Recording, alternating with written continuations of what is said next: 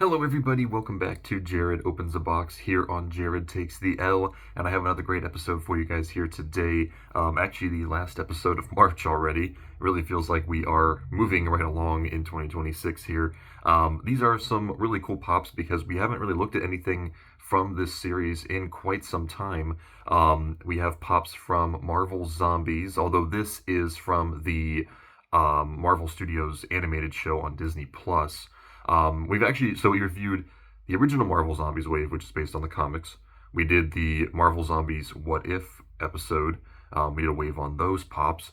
And now we have this one, which is kind of a combination of the two because it uses a lot of elements from the comics. Even the logo is basically ripped straight from the comics, while also being a continuation of the Disney Plus or of the What If storyline. So kind of a mix of the two, and honestly the one on the animated show is a lot more brutal and gory than the What If version, since it is rated R. But thankfully the pops themselves are not that detailed, I suppose. The one time I will say that maybe it is good to not have too much detail on a figure. But yeah, we have 3 pops from the wave. I do wish they had done more, even exclusives or something. Fortunately, at this point, I don't really think that's going to happen. But we at least have 3, so I guess that's better than nothing, especially since there are some shows that really haven't gotten merch at all. So at least, I'll take what I can get. So here we go with our first one. Yes, it is Zombie Captain America again. We did see this one back in the What If Zombies wave back in, what was that, 2022, I think? Maybe in 2021, I honestly don't remember. But this is Pop Marvel number 1554. As you can see, the boxes on these are designed more after the Marvel Zombie, like the original Marvel Zombies wave, again, down to the logo and everything. So there is the boxes. I think a cat just walked in. No, maybe not. That was weird. Door just opened on its own. Gotta love it when that happens. But here we go with our first one. Let's go ahead and open this one up. This would have been very fitting for Halloween. I do realize that. But I didn't even have these at the time, so it wouldn't have really worked out if you didn't have them. I don't even remember if they were out yet at the time. Wow, okay. So I will say this is actually much better than the What If Zombies video, because if you guys remember that, or if you go back and watch it, I wasn't exactly too pleased with those ones. It was one of the very few times I think I've actually ever criticized, some pops. But this time around, I think they actually did a much better job. So here's Zombie Captain America. This one looks really, really cool. A lot of detail on this one. Again, they gave him... I think the original one did have the red eyes, but this time around has like this yellow outline as well. I think that actually looks really cool. The helmet and the face has all kinds of dirt all over it. I think that is really cool. It actually looks really realistic. Like, it looks like I just tossed this in dirt, put it in the box, and took it back out. But thankfully, that is fake. At least I hope it is. As far as I'm aware, it's fake. It looks really, really cool, though. I like all of the detail on this one. As you can see, he's missing the lower half of his body. He's coming out of the dirt here. Since in the What If show, he was cut in half by his own shield, courtesy of the Winter Soldier. So they continue that in this story, because, they have to have at least one of Marvel's biggest heroes in the show in some capacity. So Captain America still somehow alive, even though he's currently in 2. But yeah, they did a really good job with this one. I do think it's really cool that they were at least able to give him a different,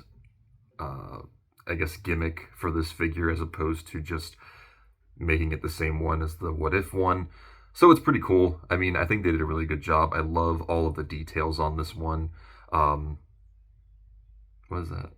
Oh, I didn't even realize that. Oh, speaking of gross details, there's his spine right there. That's crazy. Was not expecting that. And you also can see where he was cut in half as well. Wow, okay. That's something.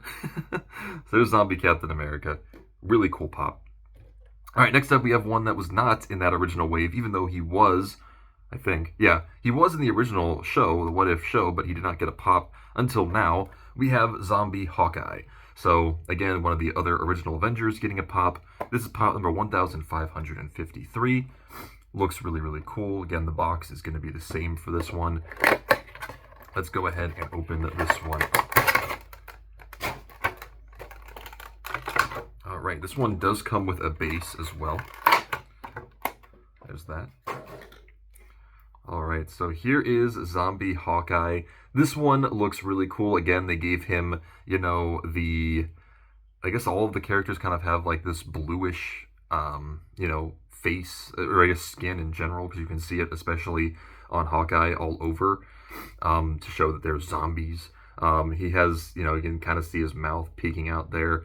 Even shows a little bit of the skull there as well, skin peeling off. So I guess, yes, these are a little gruesomely detailed, but they are exactly what they look like from the show. His hair is completely intact. Somehow didn't lose any of that. It does have a little bit of, you know, some dirt and stuff, but other than that, it's completely intact. So don't know what kind of hair care routine Hawkeye is using, but it's working even as a member of the undead. So good job, Hawkeye. He has a whole bunch of arrows sticking out of him. So clearly they were used against him. They're all over. He has 0 in his little pouch there. He does still have the bow, though. I highly doubt it works very well, especially since he has no arrows currently. And one of his feet is kind of bent there, which again is exactly what it looks like in the show, in the official artwork. So they obviously based it off of that. Whoever did the art for these honestly did a really good job. Or the designs, I should say. They did a really good job with these. They came out really nice. So there's Zombie Hawkeye. Really cool pop. Actually, it does stand on its own. It's a little wobbly, but it does stand. All right, and then our last one for this episode is not a zombie at all. It's actually one of the survivors from the show. You know, which, again, I do wish there was definitely some potential for more characters, whether they did the survivors like Shang-Chi or Miss Marvel, or they did more zombies, because they had Zombie Captain Marvel. They had Zombie Abomination. They had well, okay, I don't want to get too much into the spoilers. So spoiler alert, I'll throw it out there. I'll give it a couple seconds. Okay. They have a zombie Thor. They also did that Infinity Hulk character at the end. So there's so many other characters that they really could have done. I don't think it's going to happen at this point because the show's been out for quite a while now. This wave's been out for quite a while now. It had no exclusives, you know. Zombie Thanos, I don't know, I'm just thinking. This one's cool, though. We have Blade Knight. So this is a combination, of course, of Blade and Moon Knight. Mark Spector was infected with the zombie virus in the show. So Khonshu has to pick a new symbol for him, and he, of course, goes with Blade. This actually marks Blade's first appearance in the MCU, unless you count the Eternals post-credit scene where he does talk. So still haven't heard anything about the Blade movie, but at least we do get to see him in this show. So here is the box and everything. I think Blade Knight is incredible. Really cool character in the show. It kind of gets, again, spoiler alert, I'll throw it out there real quick. It kind of gets unceremoniously dumped. It gets taken out by Zombie Thor kind of quickly, which I thought was kind of, you know, but I mean, that's kind of how it was in the comics too, the Marvel Zombies comics, which I haven't really seen all of them. I've seen just little bits and pieces, but it was kind of like that in there too. So here is Blade Knight. This one looks really, really cool. Of course, he has his own like modified version of the Moon Knight suit. A lot more black and silver as opposed to Moon Knight's normal like white and gray coloration. This one looks so cool. He also has a little mask here. I actually thought personally this was his hair. It's not. Blade is bald, so this is actually part of the mask. It just kind of goes over his head there. And then, of course, he has the white eyes, just like he does in the show, and they gave him eyebrows as well. He honestly is thinking pretty smart here because he's pretty much completely covered, so no zombies are going to be able to infect him. Plus, I mean, he's also a vampire as well. He's half vampire, and he also has Khonshu's help. So he's pretty overpowered, so I guess I can understand why Thor was the one that took him out. But yeah, this is honestly a really cool pop, really cool combination. This is exactly what What If was supposed to be, was, you know, throwing out all of these crazy combos of characters. So at least we got one, you know, of those ideas in the Marvel Zombies show. It's honestly super cool, and I would honestly be okay with seeing Blade Knight appear in a live-action movie at some point, somehow. Maybe if they do like a Midnight Suns thing, they could somehow incorporate that in the show. But this looks super cool. I think Blade Knight looks awesome. Honestly, a pretty good wave overall. Again, like I said, I know they could have done more with it, but what we did get, I think, is really, really good. So I'll give them all 10 out of 10. Very accurate to the show. Like, these are seriously really, really accurate to their appearances in the show. I think they did a really good job. So I'll go through them one more time here. Let me know down below what your guys' opinions of them are. So we have Zombie Captain America. We have Zombie Hawkeye. And we have Blade Knight. So let me know down below which of these are your favorites. When we come back in 2 weeks, we are going to be taking a look at some new Pokemon Funko Pops.